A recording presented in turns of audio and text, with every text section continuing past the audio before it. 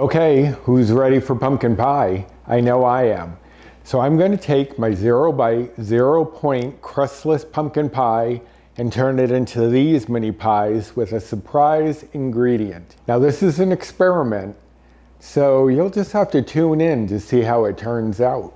Did I like it? Or will I go back to the original? You'll find out next.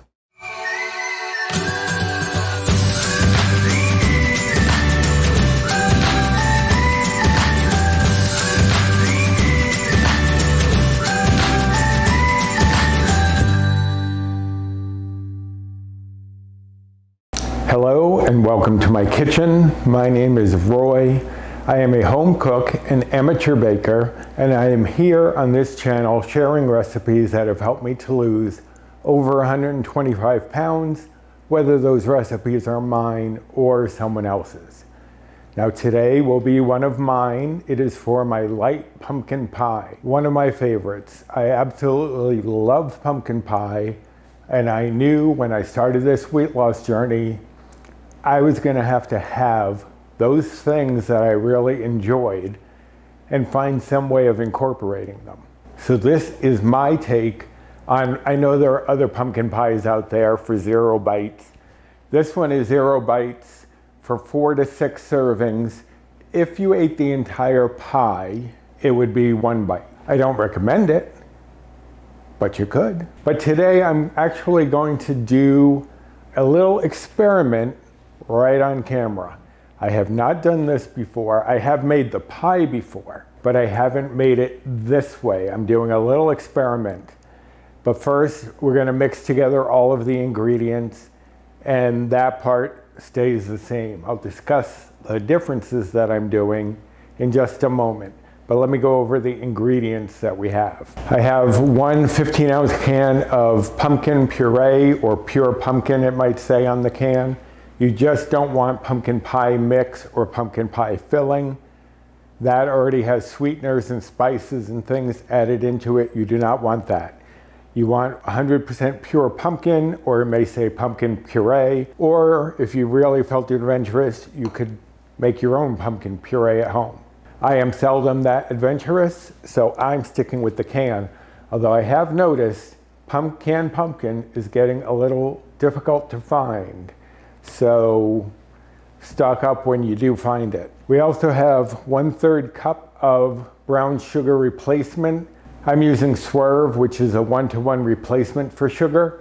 If you're using something else, like I think stevia and monk fruit are stronger than sugar and not 1-to-1 replacements, then you would have to go by whatever the manufacturer said for adjusting to 1/3 cup of sugar. You could also use the white sweetener if you didn't feel like getting the brown, but the caramel notes in the brown definitely enhances the pumpkin.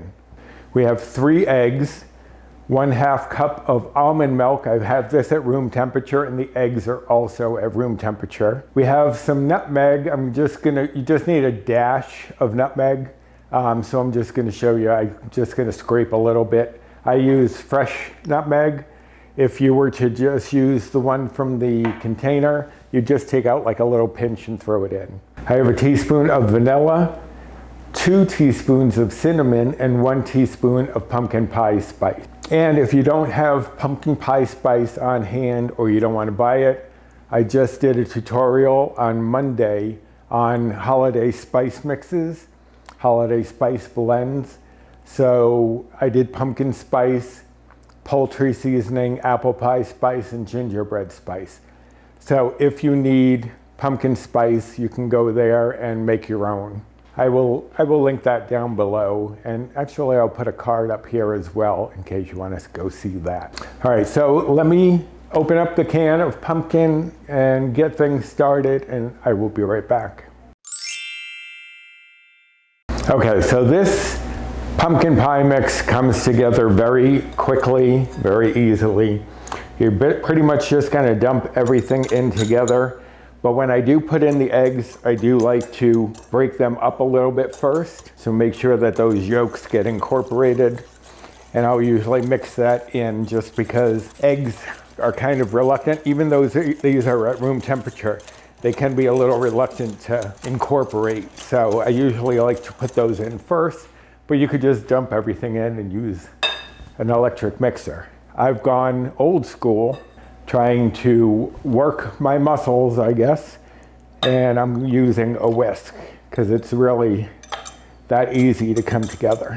So the almond milk goes in, the brown sugar replacement, the pumpkin pie spice, cinnamon, the vanilla, and I'm just doing a dash, pretty much just a couple of scrapes to get a little flavor in there. Let me break up this brown sugar a little bit so it can incorporate, and you're just gonna blend all of this together. Now, typically what I do is I would take some cooking spray and spray my pie plate. This is a 9-inch, I believe, but an 8-inch would be fine as well. I would just bake it like a regular pie. I did find something in the supermarket that I wanted to experiment with as a pie shell. And see, that's how quickly this comes together. So let me get a few of these things out of my way, and then we will discuss my pie shell. Okay, now as I said, typically I would just spray my pie plate, pour this all into here, put it on a baking sheet, because that way if any of it happens to bubble over, it's not going to go on the bottom of my oven and burn. That's just a precaution. You don't have to do it. But I found, if you saw my cannoli video, and I will card that up here as well as put it down in the description box, I used the Ortega Fiesta Flats corn tortilla shells, and that works perfectly. So I found these old El Paso soft tortilla mini bowls, and I thought this might make a perfect pie crust. I've used the wonton wrappers in a cupcake pan, and those are fine. But the corners get crusty, I fold those in, and Paul wasn't really a big fan of the texture of those. I like them. I got that recipe last year from Jennifer Lynn. She did a pumpkin pie and a pecan pie. Both were delicious. I thought maybe I could try these soft tortilla mini bowls. They're 1 bite each, and if you had 4, I think it's 5 bites or points. I'm on the iTrack Bites Better Balance plan, which is equivalent to the WW Blue plan. So the bites that I say are equivalent to the points on Blue for the most part. And again, always input your things that you're using just in case there's something different that might vary the points or bites. But I thought I'd try these as pie shells. And actually, I'm gonna put them right on my pan, but let me get some parchment paper just to protect my pan a little bit in case there is any spillover. Be right back. Okay, so let me take these out. Now, as I said, you guys are witnessing an experiment. I have not done this yet. I have considered that it might be good because this is kind of like a pie shell in a way. I know coming out of the pan, Kim from A Girl in Her Phone, she loves this pie. And if she likes it, I'm sure you'll like it too. Now I have my pan lined with parchment. I'm just gonna lay out, I think I might get 6, maybe 8, I'm not sure. So like I said, I haven't done this. You guys are part of an experiment with me. I'm taking you along for the ride. Let's go for 6 and see what happens. I'm gonna use my cookie scoop, and hopefully my arms have been a little quivery, so hopefully they're not gonna give me too much trouble. Now, as I said, 4 to 6 servings of this would be 0 bites. So if you had one of these pies in this pie shell, it would be 1 bite because of the pie shell. I think I can easily do 8. I'm still gonna put a little more in each of these as much as I can and see. I'm gonna fill them almost to the top. I don't want them to go too far. And hopefully it works. Hopefully it tastes good. And I mean, I know the pie itself will. I don't know how it will be with this shell. I don't normally bring people along for the ride except for Paul. He's always subject to my experiments, but I can definitely get 8 out of this. So just want to try to make sure it's going to sit flat, play with the base a little bit, try to flatten it out. Yeah, they really don't want to stand up, but once they get the filling in there, I think they will. I hope they will. I may actually get 10 out of this. Maybe even 12. No, probably not 12. If this works out well, this would be great for a party to have little individual pumpkin pies, and you could probably even use the filling that Jennifer Lynn did for her pecan pies, and I'll try to remember to link that video of hers down below. Okay, so this is a package of 12, and I think I might get 12 easily out of this.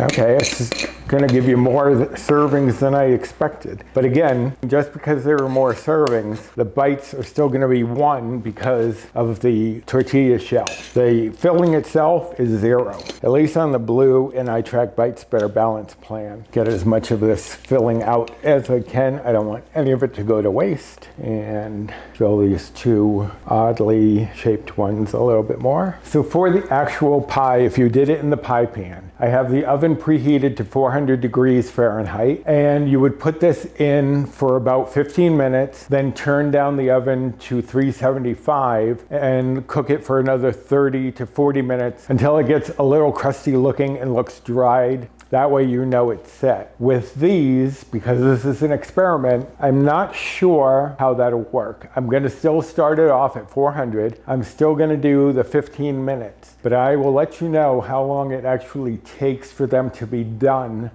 after that 15 minutes once I've turned down the oven. So I'm gonna go get these into the oven and I will be back when they come out. Okay, there we have them. And you can see they're cracked on top, looking a little dry. If it was in the pie plate, the outer edge, you'd wait until that got kind of crusty and dry looking around the edge, meaning that it was setting up, and the inside might not be as firm yet, but that's fine. If you were to do it in the pie pan, it'd be 30-40 minutes after you reduce the oven temperature. So what I did with these was I baked them at 400 degrees for 15 minutes, just like I would have in the pie plate. Then I reduced the temperature, and the outside of the tortilla shells, not easy for my jaw stiffening up to say that, were starting to get dark. So I just loosely covered them with some foil that I sprayed with baking spray so it wouldn't stick to the filling, and baked them another 15 minutes, cooked them. They still needed a little bit more time, so I took the foil off and gave them 5 more minutes. So they were in about 20 minutes after I reduced the temperature. But I will write this up as an alternative if it comes out well. But as I said, if you just do the pie as it is, there's no problem. I've made that many times. Kim over at A Girl and Her Phone has made it a few times already. So that recipe is set. This one is still an experiment, so we shall see how it goes. Now, I'm gonna let these cool for about 10 minutes here on the sheet pan. Then I'm gonna take them off and put them directly onto the cooling rack so that they'll cool a little faster. You want these to cool completely. Some of them look a little sloppy, like they've fallen over, like they've gotten wide. Oh, they have a nice brown color on the bottom. That is promising, but we shall see. I'm going to let them cool completely. It really helps if you set them up in the fridge, but I'm gonna come back and show you once they've cooled down how they came out. I think Paul and I will try one just to let you know if it's worth trying if you want to experiment with this. They look great. They look just like little mini pies. So fingers crossed that this works well, because I think this is a great idea. All right, so I'm letting these cool 10 minutes on the pan, then I'll put them onto the cooling rack, let them really cool off, probably about an hour at least, and then I will be back and show you what they look like and give you all those nutrition facts that you're looking for. Be right back. Okay guys, I couldn't wait. It's only been about 40 minutes. We had to try them. And I gotta tell you, this worked out great. Not exactly like a pie shell, but it's close enough. It's like not a soft texture with a little bit of crunch. Very good. So I will definitely do this again. I will be picking up some more of those shells. They may not be the prettiest things in the world. They're a little sloppy. I don't care what it looks like. It tastes great. Now these, the way I did them, are going to be 1 bite, 1 blue point, and the shells are 40 calories each. Actually, let me check the macros on those also. For one, because for some reason a serving is 4. I guess because they're small. For 1, calories would be 40. The fat for 4 is 5 grams, so 1.25 grams. Carbs, 26 from 4, 20, so like 6.5. And protein is 3, so under 1 gram for protein. Old El Paso soft tortilla mini bowls, flour. What I might do next time, if I really care, what I'll do is make little foil dams, I guess, to hold them more upright so they maybe set better and don't fall over like this one. But the taste, perfect. I will definitely be making it this way again. And it's nice, you can just grab it and go. Whereas if you make it in the pie plate, there's no crust on there. It's crustless, which is why it's 0 bites. But each of these would be 1 bite only because of the shell. The filling itself is 0, as I said. I say in the recipe this is 4 to 6 servings, and you can get 0 bites for up to 6 servings. The calories and macros I did for 4 servings. You know me, I like a hefty portion. So I did 4 servings, and the calories, if you do 4 servings of just the pie, not this way, but just as a pie, the calories would be 101. The fat would be 4.6 grams.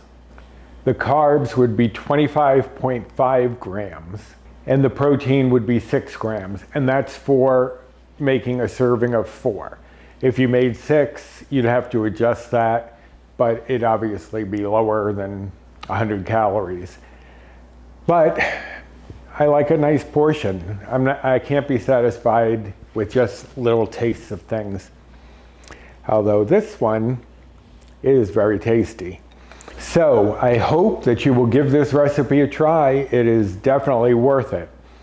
And I hope that you will give me a thumbs up. I hope that you'll subscribe to my channel if you haven't already, and look what you're getting when you stop by. Why not? And hit the notification bell for the next time I upload any sort of video. And please feel free to share these videos if you know anyone who's on a weight loss journey who could use something like this. Also, comment down below what you think of my experiment. And I also have a sweet potato pie, which comes out to 1 bite or blue point a serving. So if you guys have any interest in that, that is also on the blog, as well as this pumpkin pie recipe. And I will be adding this variation onto that recipe. But if you're interested, check out that recipe, or let me know below if you'd like to see me make the sweet potato pie, because I'm more than willing to do that. We have time before Thanksgiving if that's something your family likes. Also, follow me over on social media. Here is my Instagram handle, as well as 2 Facebook groups that I am part of. One is mine, Recipes with Roy, and the other one is Finding Our Way, W-E-I-G-H. And that one I co-admin with Jennifer Lynn from the Jennifer Lynn channel and Bree Coleman from Balancing Life with Bree. So come join us over there. A lot of great people, tips, tricks, support, what have you. So I am going to go finish this little pie of mine, or maybe 2 or 3. So until next time, bye.